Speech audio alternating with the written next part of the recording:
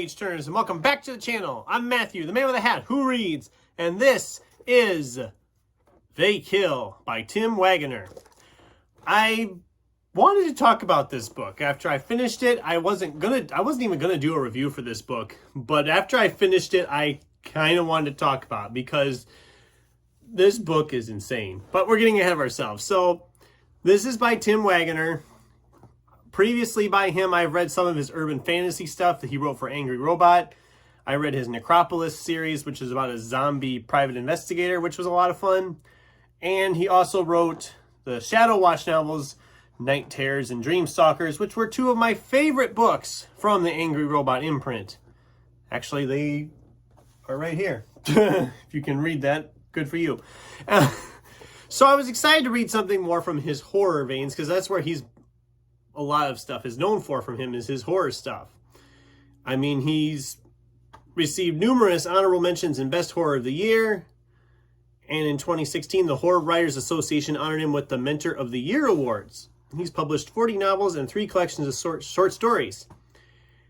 And he's also written a lot of tie-in fiction for stuff like Supernatural, The X-Files, novelizations for films like Resident Evil.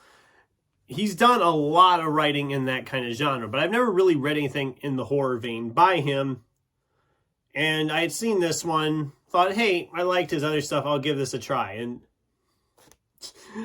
this book is bonkers.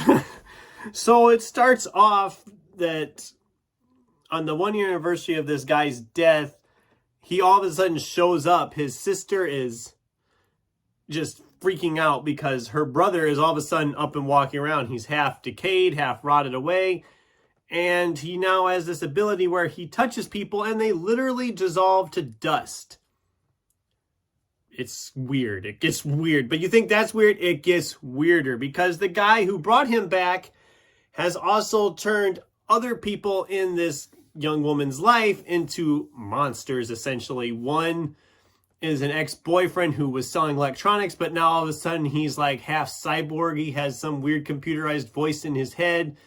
He's electrocuting people. He needs to plug in to get back life force. And when he plugs in, he literally launches a plug-in from his mouth into people's and just drains their energy, their life force.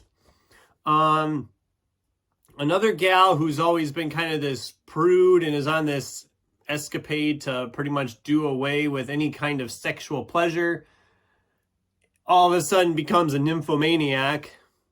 That's right, there's a lot. This book is rated R. There's a lot of violence, a lot of sex, a lot of gore. It's just insane. And I'm only touching the tip of the iceberg. I'm only going to go into about 2 of the people. I'm going to let the other 2 just be for you guys to find out when you read this, because the other 2 are just as bonkers as the 2 I've described. If you thought those 2 were crazy, oh man, the other 2.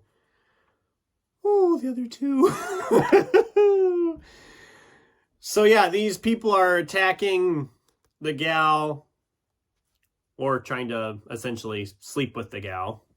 That's happening too, because, you know, there's an info. The brother is also still wandering around, and she wants to try to do whatever she can to help her brother, because the guy who brought him back is also offering that he will make this resurrection permanent, but he needs her to do this for him. And that's all I'm going to say, because this book just goes insane. I'm just... Is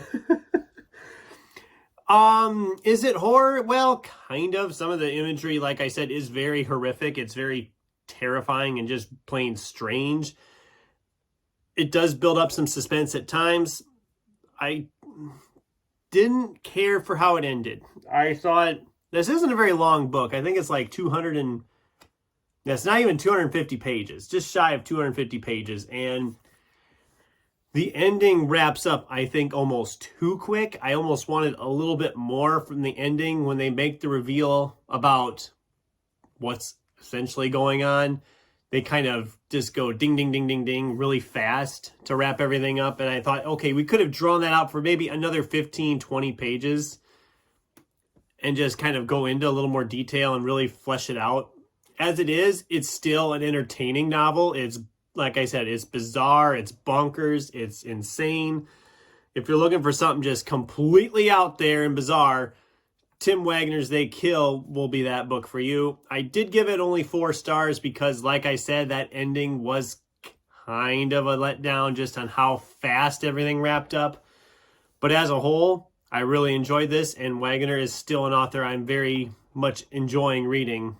I have one other by him right now that I haven't read called Like Death, and that'll probably be next year's October of Horror. But anyway, those were my thoughts on Tim Waggoner's They Kill. I hope you enjoyed listening to me try to sell you on it. But does this sound like a book you would enjoy? Have you read anything by Tim Waggoner before? Let me know in the comments down below. Thanks for watching, and until next time, keep turning pages.